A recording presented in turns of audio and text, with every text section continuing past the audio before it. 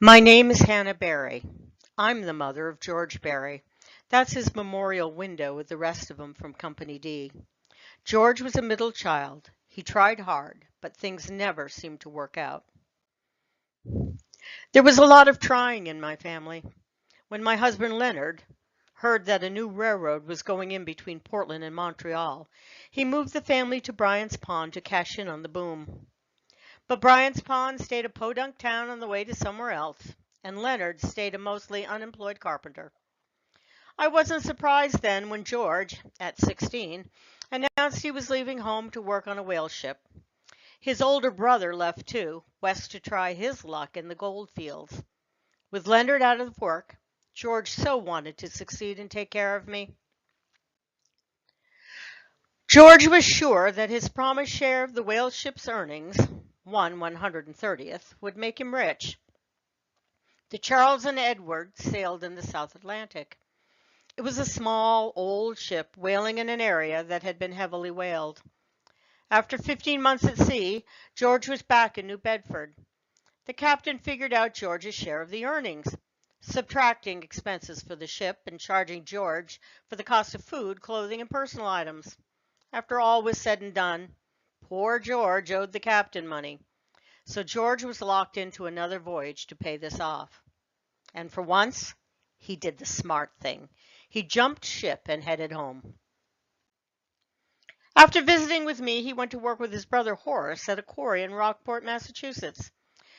During the winter, the quarry shut down, and he was doing nothing when he and all the other young bucks caught up in the frenzy of the war. A steady paycheck, food, clothing, and some adventure thrown in was hard to resist. George worked hard to be a good soldier. That's the kind of boy he was. He wrote home often and promised to send money to his dear mother. But one thing after another always got in the way. After Bull Run, he didn't write much about the battles. I'm sure that he didn't want to worry me, as if I couldn't read the list of the casualties in the newspapers. He did write about his promotion to corporal. He was very proud, and I was too. One day, I received a package in the mail. It was a piece of his equipment, a black cartridge box with his name carved inside, and a few personal items, letters from family, tintypes, and some buttons. It was all he owned. There was also a short note. Dear Mrs. Barry, I am sorry to bring you the news that your son, Corporal George L. Barry, was killed in the Battle of Salem Church this May the 3rd, 1863 instant. He was in line directing Company D towards the rebel lines when he was struck by enfilading fire. All knew him to be a brave and determined soldier. May he now rest eternally with our merciful God. Your obedient servant, Colonel Clark Edwards.